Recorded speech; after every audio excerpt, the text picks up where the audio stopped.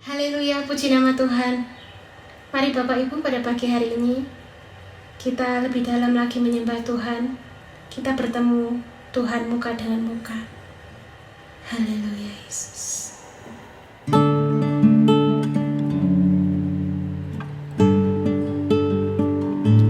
Satu hal yang kami rindukan Tuhan, kami ingin selalu berada di dekat-Mu.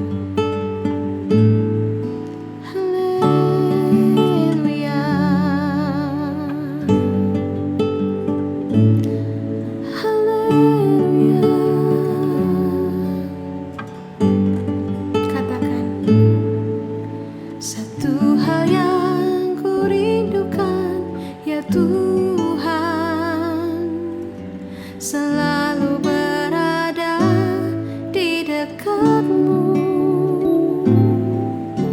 dengan segenap hati, dengan segenap jiwa, ku menanti di hadirat-Mu. Satu hal yang ku rindukan, ya Tuhan, selalu berada di dekat-Mu dengan segenap hati, dengan segenap jiwa, ku menanti di hadirat-Mu.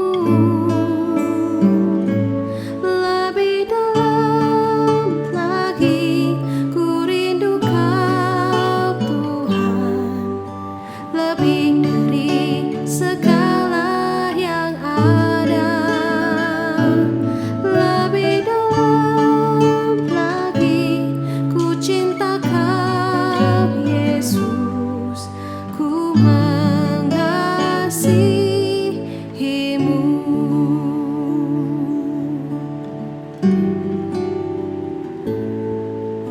Satu hal yang ku rindukan, ya Tuhan, selalu berada di dekat-Mu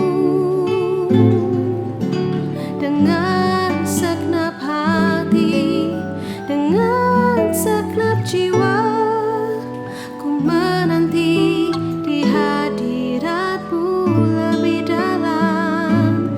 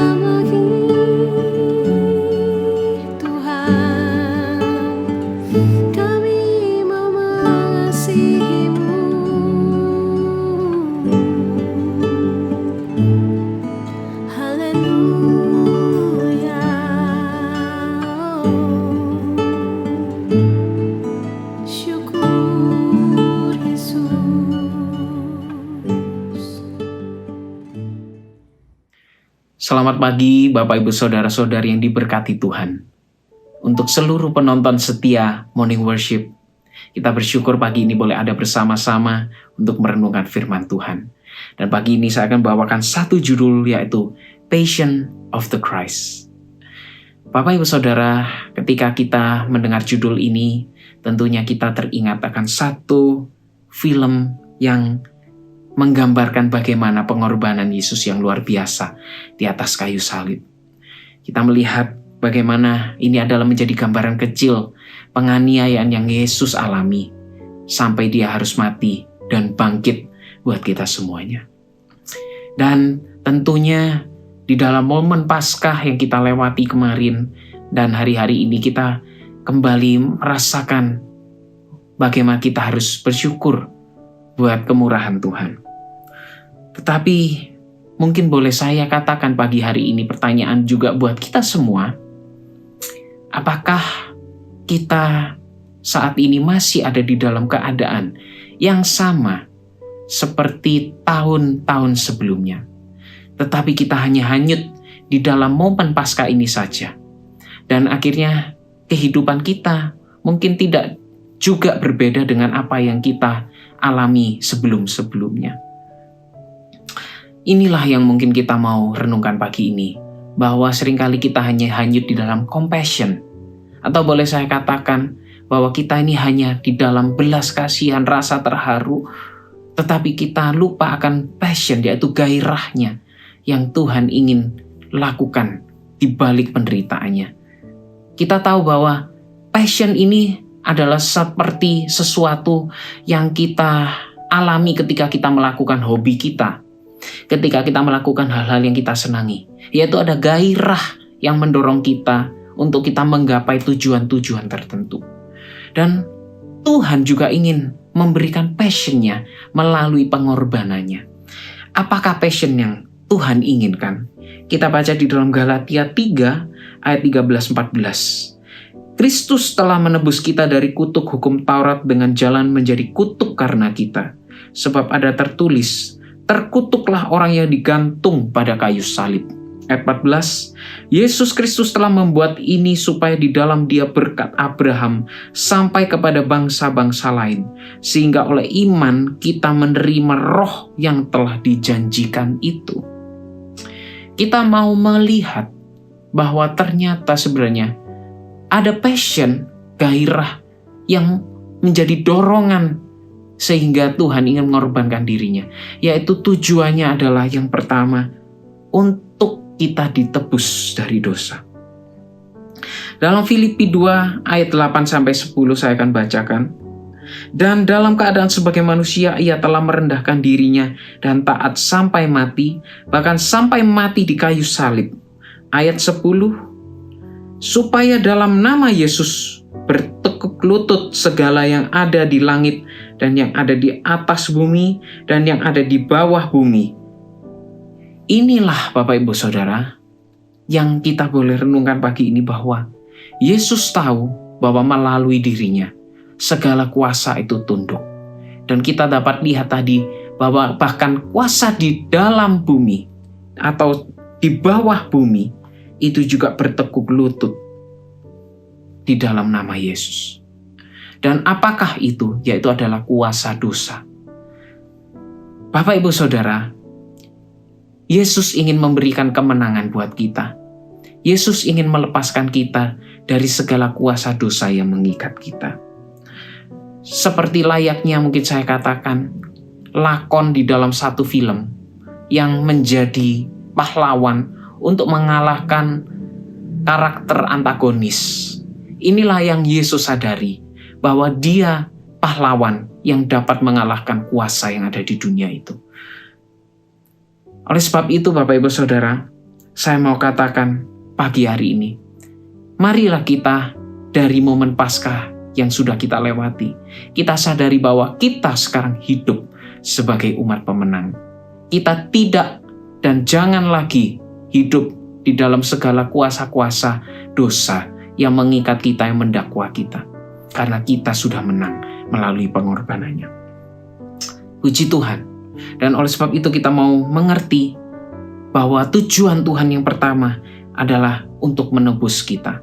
Tetapi Tuhan juga memiliki tujuan yang lain, yaitu yang kedua adalah supaya kita diberkati. Tadi dikatakan dalam Galatia 3, yaitu supaya berkat Abraham sampai kepada bangsa-bangsa lain. Nah, Bapak Ibu Saudara, juga kita saat ini boleh melihat ya, bahwa keadaan ekonomi yang terjadi ini sedang tidak baik-baik saja. Kita melihat adanya perang dagang yang mungkin kita tidak mengerti apa yang akan mempengaruhi ke depannya dengan harga-harga barang-barang atau dan lain sebagainya. Ini semua adalah hal yang mengkhawatirkan kita semua pastinya. Nah, Bapak Ibu Saudara, kita bersyukur bahwa Tuhan juga menjanjikan berkat di balik pengorbanannya. Dan inilah yang kita mau imani pagi hari ini. Karena apa? Karena mujizat yang Tuhan lakukan pada zaman Yesus ada di dalam dunia, itu adalah mujizat yang sama yang Tuhan Yesus dapat lakukan di dalam kehidupan kita. Tak boleh saya katakan, krisis itu tidak menjadi halangan untuk kita diberkati Tuhan. Dan oleh sebab itu, kita mau melihat bahwa Tuhan yang sudah mencukupkan krisis janda di Sarfat, Tuhan yang sama juga akan mengadakan mujizat untuk kita hari ini. Tuhan yang mencukupkan krisis anggur di pernikahan Kana, Tuhan yang sama akan mengadakan juga mujizat anggur yang bahkan dikatakan 2 kali lebih nikmat atau mungkin lebih enak dari anggur yang pertama. Dan inilah Bapak Ibu Saudara yang kita imani pagi ini. Krisis apa yang mungkin kita sedang pikirkan, kita khawatirkan, Tuhan yang sama, Dia juga akan mampu memberkati kita hari ini ataupun untuk masa depan kita. Dan kita melihat di balik berkat jasmani, kita juga melihat tujuan Tuhan, passionnya Tuhan. Yang ketiga yaitu supaya kita dipenuhi Roh Kudus. Ini adalah tujuan Tuhan, di mana Dia ingin mengorbankan dirinya, yaitu supaya apa? Supaya Dia dapat mengirimkan penghibur yang lain. Dikatakan di dalam Yohanes 14 ayat 26, tetapi penghibur yaitu Roh Kudus yang akan diutus oleh Bapa dalam namaku, Dialah yang akan mengajarkan segala sesuatu kepadamu dan yang akan mengingatkan kamu akan semua yang telah kukatakan kepadamu. Inilah janjinya yang Tuhan ingin genapi dari pengorbanannya, yaitu dikatakan akan ada penghibur yang lain, atau dalam bahasa aslinya menggunakan bahasa kata parakletos, artinya adalah berjalan di samping bersama-sama.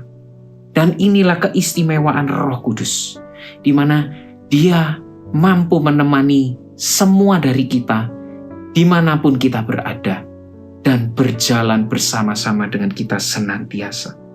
Dan inilah yang kita saat ini mau imani juga, bahwa Roh Kudus adalah satu hal yang harus kita minta. Roh Kudus adalah satu pribadi yang harus kita juga mau terima. Dan apakah di momen Paskah ini kita sudah berjalan di dalam tuntunan Roh Kudus? Bapak Ibu Saudara, mari oleh sebab itu kita mau melihat bahwa pengorbanan dari Yesus, Dia berikan satu tujuan buat kita, yaitu adalah di mana kita hidup di dalam tuntunan Roh Kudus senantiasa menjalani kehidupan kita ke depan. Oleh sebab itu Bapak Ibu Saudara, marilah di momen Paskah ini, atau ketika kita sudah melewati Paskah, kita kembali mengingat passion yang Tuhan ingin kerjakan buat kita. Apakah kita sudah hidup berkemenangan? Dan apakah kita masih hidup dalam keraguan? Ingat bahwa kematiannya telah mengalahkan segala kuasa dosa. Bahkan Dia mau menjamin kehidupan kita di masa depan, baik di dalam kehidupan jasmani, bahkan di dalam setiap langkah kehidupan kita ke depan. Puji Tuhan, mari kita akhiri renungan ini dengan doa. Terima kasih Tuhan, kami bersyukur di dalam momen Paskah yang kami sudah lewati, itu adalah satu perenungan bahwa Engkau mau Tuhan untuk mengorbankan dirimu, untuk kita boleh menerima jaminan di dalam setiap kehidupan yang ada. Kami bersyukur buat firman-Mu, kiranya Tuhan teguhkan firman ini buat seluruh kami yang ada pagi hari ini. Dan biarlah kami berjalan ke depan dan melangkah bahkan di sepanjang hari minggu yang baru ini bersama-sama dengan Engkau. Terima kasih. Kami bersyukur sekali lagi buat kebaikan-Mu dalam hidup kami. Dan biarlah Tuhan menyertai hidup kami senantiasa. Kami serahkan kehidupan kami sepanjang hari ini di dalam nama Tuhan Yesus Kristus kami sudah berdoa. Haleluya. Amin. Tuhan Yesus memberkati kita semuanya.